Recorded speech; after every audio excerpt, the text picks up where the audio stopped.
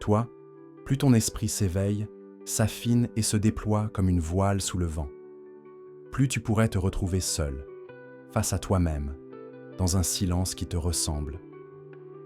Ce n'est pas une décision que tu traces sur une liste, un truc que tu coches entre deux cafés, ni un hasard bête qui te tombe dessus comme une averse inattendue. Non, c'est bien plus subtil, bien plus profond que ça.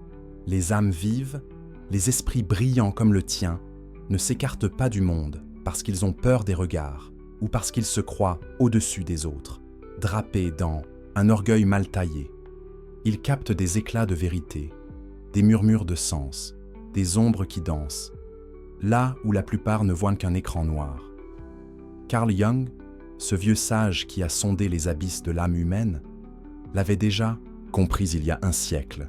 Et cette vérité, crois-moi, elle peut te secouer comme un arbre dans la tempête. Plus tu plonges dans les recoins sombres et lumineux de tes pensées, plus les conversations légères sur le temps qu'il fait, les cercles sociaux bruyants où tout le monde parle sans rien dire, où les relations tièdes qui s'effilochent au premier vent te semblent fades, presque absurdes. Prends des figures comme Albert Einstein, Nikola Tesla ou Arthur Schopenhauer. Ces géants, ces colosses de la pensée ont souvent tourné le dos à la foule, préférant le calme plat d'une solitude choisie à la cacophonie d'un monde qui tourne en rond. Mais toi, est-ce que ça veut dire que t'es condamné à errer seul dans un coin, comme un loup qui a perdu sa meute? Ou bien y a-t-il une raison, un fil d'or caché dans ce tissu d'isolement? Une clé que ces esprits, hors normes, ont trouvée pour se construire, pour s'élever, et que tu pourrais, toi aussi, saisir pour transformer ta vie en quelque chose d'unique. Reste avec moi jusqu'au bout, accroche-toi, et je vais te dévoiler ce que Jung a vraiment dit sur ce lien étrange, presque magnétique, entre ton intelligence et ta solitude, et surtout, comment tu peux en faire une torche pour éclairer ton chemin, une force pour bâtir ce que toi seul peux imaginer. On te l'a peut-être déjà fait sentir, dans un silence gêné, un regard en biais ou une remarque glissée comme un couteau dans une conversation. Être seul, ça dérange, ça gratte là où les autres voudraient du lisse. Si tu te mets un peu à l'écart, si tu ne cours pas après chaque verre partagé ou chaque éclat de rire collectif, on te colle vite une étiquette, bizarre, distant ou pire, asocial, comme si t'avais raté une marche dans le grand escalier de la normalité. Mais imagine une seconde que tout ça soit un malentendu, une vieille fable qui ne tient pas debout quand on la regarde de près. Et si ta solitude, loin d'être une chaîne rouillée qui te tire vers le fond, était un trésor brut, une pierre, précieuse que tu peux tailler à ta guise. Les plus grands penseurs de l'histoire, ceux dont les noms résonnent encore dans les couloirs du temps, n'ont pas juste subi l'isolement comme une punition divine. Ils l'ont choisi, ils l'ont sculpté, ils en ont fait un outil, une arme, une lumière. Schopenhauer, avec sa plume trempée dans l'encre de la franchise, disait carrément que la solitude, c'est le destin des esprits, comme le tien, ceux qui volent trop haut pour se fondre dans la foule, ceux qui cherchent des échanges qui vibrent, qui résonnent, pas juste des mots jetés en l'air pour boucher les silences. Einstein, lui, trouvait dans le calme une sorte de magie sacrée. Il disait que le silence, c'était le terreau, où ses idées prenaient racine, où son génie pouvait s'épanouir loin des regards curieux et des bavardages inutiles. Et Tesla, ce visionnaire aux yeux perçants, fuyait les bavardages mondains et les relations banales, comme on esquive une flaque, pour garder son énergie intacte, pour nourrir ses inventions qui ont redessiné le monde. Mais toi, est-ce que tu choisis vraiment ce chemin? Est-ce que tu traces ta route dans ce calme volontaire? Ou est-ce que ton esprit, plus rapide, plus curieux, plus affamé que la moyenne, te pousse dans cette direction sans même te demander ton avis, comme un courant qui t'entraîne sans que tu puisses poser le pied? C'est là que ça devient personnel, que ça te touche au vif, que ça s'adresse à toi et à personne d'autre. Ta solitude, elle peut être ton arme secrète, un couteau bien aiguisé que tu manies comme un maître, ou bien un poids sournois qui te ralentit sans que tu t'en rendes compte au début. Quand tu te retires pour réfléchir, pour laisser tes pensées s'étaler comme une toile immense, elle devient un sanctuaire, un refuge où tu te découvres, où tu te construis brique par brique, où tu te regardes dans le miroir de ton âme sans faux semblant. Mais si elle naît d'un fossé, d'un vide creusé par le sentiment que personne ne te suit, que personne ne capte ce que toi tu vois dans les interstices du réel, alors elle peut te fermer des portes, te couper des autres, comme un mur de pierre froide et muette. Les génies, eux, ont su transformer leurs moments seuls en or pur, en éclairs de créativité, en révélations qui ont marqué les siècles. Mais ça ne veut pas dire que c'est toujours facile, que c'est un chemin pavé de roses et de lumière douce. Parfois, c'est rugueux, c'est brut. Ça te demande de regarder tes propres ombres en face. Si le monde te tourne le dos parce que tu penses trop fort, trop vite, trop différemment, est-ce vraiment toi qui décides de t'isoler? Ou est-ce juste ce qui reste quand les autres ne savent pas te suivre, quand ils te laissent sur le bord du chemin? Toi, tu pourrais aimer rire avec des amis sous un ciel d'été, sentir la chaleur d'une foule qui pulse, mais avoue-le, il y a des jours où le silence te parle plus fort que n'importe quelle voix, où il te murmure des vérités que tu ne trouves nulle part ailleurs. Jung a mis des mots là-dessus, et ces mots, ils pourraient résonner dans ta poitrine comme un écho.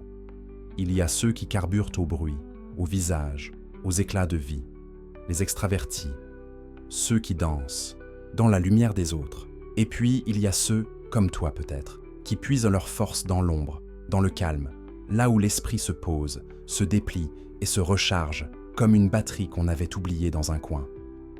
Tu te demandes pourquoi tant d'esprits, vifs, tant de cerveaux qui brillent comme des étoiles dans la nuit, penchent vers ce côté-là, vers ce refuge de l'intime. Peut-être parce que ta tête, quand elle s'emballe, quand elle se met à courir après des idées comme un chien après un lièvre, a besoin d'espace, d'un terrain vierge où elle peut s'étendre sans heurter les murs. Les discussions, rapides, les « ça va » et toi, qui s'évaporent dans l'air, les échanges plats qui ne laissent aucune trace. Tout ça te fatigue, te vide, te laisse avec un goût d'inachevé dans la bouche, non? Toi, tu veux du sens, du vrai, quelque chose qui te secoue, qui te fait réfléchir, qui te pousse à revoir tes angles, pas juste du bruit pour boucher les trous du silence. La société, elle, te pousse dans l'autre sens, te tire par la manche comme un gosse impatient. Sois partout, parle fort, souris à tout le monde, fais semblant si t'as pas envie. Depuis que t'es gamin, on t'a rabâché que réussir, c'est être celui qui brille en public, qui serre des mains, qui remplit l'espace avec sa voix. Mais si toi, tu te sens vivant quand tu te poses seul avec tes pensées, quand tu laisses ton esprit vagabonder sans laisse, pourquoi te forcer à jouer un rôle qui te va comme un costume trop étroit? Jung disait que te trahir pour coller, à ce moule, c'est comme vider tes batteries pour alimenter une machine qui ne te ressemble pas. Accepte qui tu es, écoute ce qui te fait vibrer au fond des os, et tu verras, tout s'aligne, tout prend sens. Aimer ton coin de silence. Ça ne veut pas dire que tu rates la vie ou que tu passes à côté de quelque chose d'essentiel. Ça veut dire que ton énergie, elle est ailleurs, tournée vers ce qui te fait vraiment avancer, ce qui te fait toi. Ton intelligence, elle creuse un écart, c'est clair comme de l'eau de roche, avec tes idées qui fusent donc comme des éclairs dans un ciel d'orage, tes questions qui grattent là où ça dérange, où ça pique. Tu vois le monde sous un angle que peu comprennent, que peu osent même regarder. Les papotages sur la pluie qui tombe, les potins du jour qui s'effacent à peine dit, les séries à la mode dont tout le monde parle sans vraiment y penser. Tout ça te passe au-dessus, te laisse sur ta faim, te donne l'impression de tourner, en rond dans un désert de banalité. Tu cherches des âmes qui te challengent, qui te poussent dans tes retranchements, qui te renvoient la balle avec autant de force que tu la lances, mais elles ne courent pas les rues, ces âmes-là. Alors tu te replies, pas parce que tu méprises les autres, pas parce que tu te crois meilleur, mais parce que tu ne trouves pas ton compte dans les échanges qui patinent, qui glissent sans accrocher. Les études le confirment, et ça pourrait te parler. Ceux qui ont un esprit aiguisé comme le tien, un QI qui sort du lot, préfèrent souvent limiter les contacts, réduire la voilure sociale. Pas par snobisme, pas par froideur hautaine, mais pour garder leur feu intérieur, pour le diriger vers ce qui les nourrit vraiment, ce qui fait battre leur cœur et leur tête en même temps. Et parfois, ça te cogne de plein fouet. Tes pensées ne suivent pas le rythme du monde. Elles dansent à part, sur une musique que toi seul entends. Et tu choisis le silence plutôt que de parler pour ne rien dire, plutôt que de te perdre, dans des mots qui ne portent rien. Et puis, il y a cette sensibilité qui va avec, ce truc en plus qui te rend unique. qui te définit dans tes contours les plus intimes. Les bruits qui tapent comme des marteaux, les foules qui pressent et t'étouffent, les discussions forcées qui sonnent faux, comme une vieille radio mal réglée.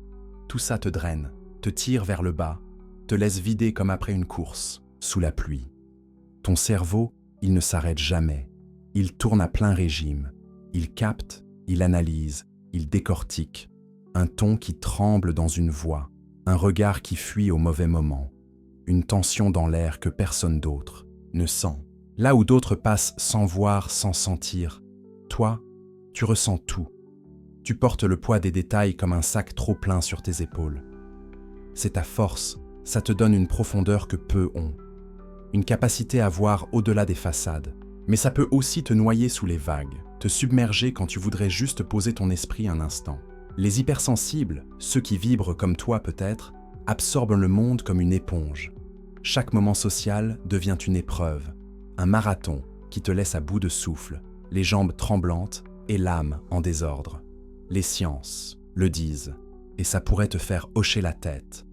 Ton corps, ton système nerveux, il réagit plus fort au chaos.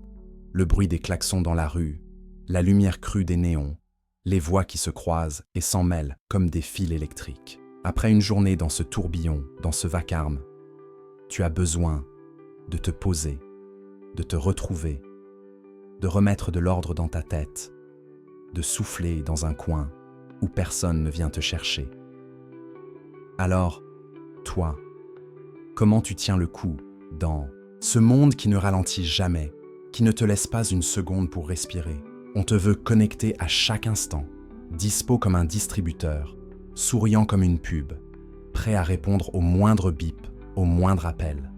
Mais si ce rythme te vide, si ça te pompe jusqu'à la dernière goutte, si ça te laisse avec l'impression d'être une coquille creuse, pourquoi t'y plier comme si t'avais pas le choix, comme si c'était écrit quelque part que tu dois suivre? La société voit les silencieux, les réservés comme toi, comme des anomalies, des pièces qui ne rentrent pas dans le puzzle bien huilé de la vie en groupe. Mais elle se plante, elle voit tout à l'envers. Tu n'as pas besoin de ce cirque permanent, de cette course sans fin, pour être toi, pour être entier, pour être vivant. Jung disait que les vrais échanges, ceux qui te font grandir, ceux qui te remplissent jusqu'au bord, ils sont rares comme des diamants dans une rivière de boue.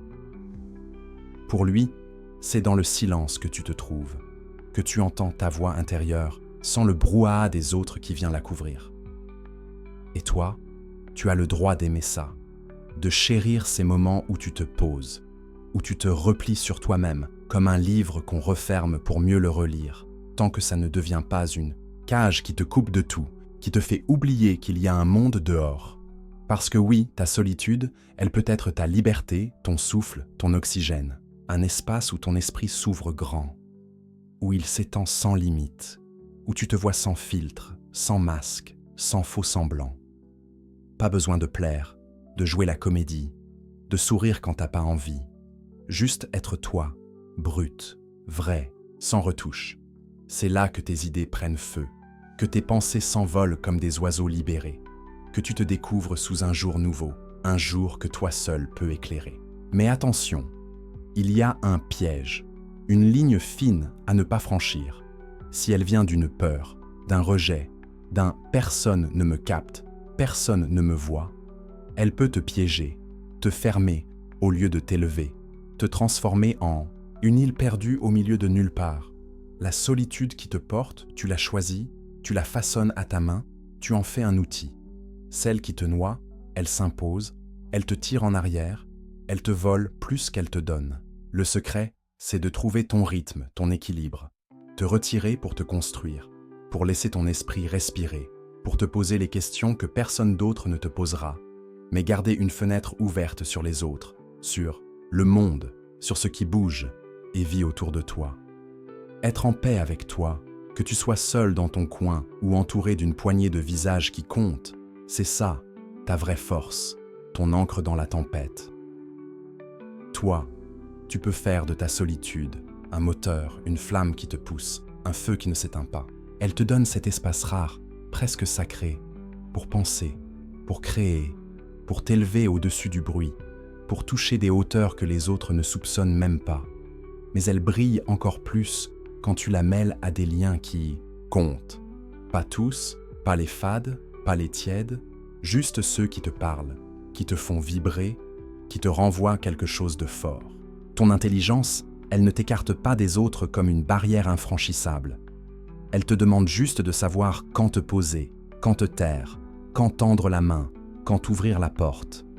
Alors, regarde-toi dans le miroir. Prends une seconde. Tes moments seuls, ils te portent ou ils te pèsent. S'ils te tiennent debout, s'ils te donnent des ailes, garde-les précieusement. Fais-en ton refuge, ton atelier secret. S'ils te plombent, s'ils te laissent avec un vide dans la poitrine, cherche ce qui te manque, ce qui te ramène à la lumière, ce qui te remet en mouvement. Dis-moi, écris-le quelque part, crie-le si t'as envie. Ma solitude, c'est mon allié. Ça me montrera que t'es allé jusqu'au bout, que t'as capté ce que tu peux en tirer, que t'as senti cette étincelle. Prends ça, fais-en ton histoire, façonne-la à ta mesure et trace la vie qui te ressemble, celle où tu brilles à ta façon, celle où tu te tiens droit, seul ou pas. Et si on creusait encore un peu, si on allait plus loin dans ce qui te fait, toi, ta solitude, elle n'est pas juste un état passager, une pause entre deux bruits. C'est un choix, une danse, un dialogue muet entre toi et le monde. Pense à ces fois où tu t'es retiré, où t'as fermé la porte, éteint la lumière, pour laisser tes pensées s'étaler comme une carte sur une table. Ça t'a déjà sauvé, non? Ces moments où tu te retrouves, où tu comprends ce qui te fait tiquer, ce qui te pousse, ce qui te donne envie de te lever le matin. Mais il y a l'autre face, l'autre pièce de la médaille. Quand tu te replies, parce que les autres te laissent perdu, parce que leurs mots sonnent creux, parce que leur regard glisse sur toi sans s'arrêter. Là, c'est pas toi qui gagne, c'est le vide qui prend le dessus, qui s'installe comme un squatteur dans ta tête. Les génies, eux, ils ont jonglé avec ça, comme des acrobates. Einstein dans son bureau, un crayon à la main, griffonnant des équations qui ont renversé le monde. Tesla dans ses rêves fous, seul avec ses machines et ses éclairs. Schopenhauer dans ses livres, écrivant des vérités qui piquent encore aujourd'hui. Ils ont fait du silence leur carburant, leur essence. Mais toi, t'es pas eux, t'es toi, avec tes propres règles, tes propres batailles, tes propres victoires à décrocher. Alors, comment tu joues ça? Tu laisses la solitude te guider, te porter comme un vent dans le dos, ou tu la laisses te bouffer, te ronger petit à petit, jusqu'à ce que tu ne saches plus où t'en es. Regarde autour de toi, ouvre les yeux une seconde. Le monde te bombarde, te tire dans tous les sens, te noie sous un déluge de signaux. Les écrans qui clignotent comme des phares dans la nuit. Les voix qui s'empilent et se chevauchent. Les attentes qui pèsent sur tes épaules comme un sac de pierre. Mais toi, avec ton esprit qui voit plus loin, qui capte les fils invisibles, tu peux dire stop, poser tes limites, tracer une ligne dans le sable. T'as pas à courir après chaque éclat, à remplir chaque silence avec du bruit qui ne veut rien dire. Ton intelligence, elle te donne ce pouvoir, cette liberté.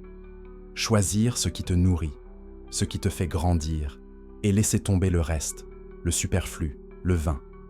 Jung parlait d'individuation. Ce chemin long et sinueux où tu deviens toi, pleinement, sans te perdre dans le moule des autres, sans te fondre dans une foule qui ne te voit pas. Et ça passe par des moments seuls, des instants où tu te regardes en face, où tu te demandes qui t'es vraiment, mais aussi par des ponts que tu tends, des mains que tu serres quand elles comptent, quand elles te renvoient en quelque chose de vrai. Toi, t'as cette force en toi, ce truc qui te rend différent, qui te fait sortir du lot. Alors, fais-en quelque chose, construis avec. Un équilibre où tu te poses sans te couper, où tu grandis sans t'effacer, où tu restes toi sans te perdre dans le bruit. Ta solitude, c'est ton terrain, ton champ de bataille, ton atelier. C'est là que tu te construis, que tu te prépares, que tu te donnes les moyens de revenir plus fort, plus clair, plus toi. Les grands esprits l'ont montré, ils l'ont gravé dans l'histoire. Elle peut être ton allié, ton refuge, ton carburant, mais elle te demande de rester vif, de ne pas te laisser engloutir. Toi, t'as tout pour en faire une force vive. ton esprit qui ne lâche rien, ta sensibilité qui te rend presque trop humain, ton envie de creuser jusqu'à l'os.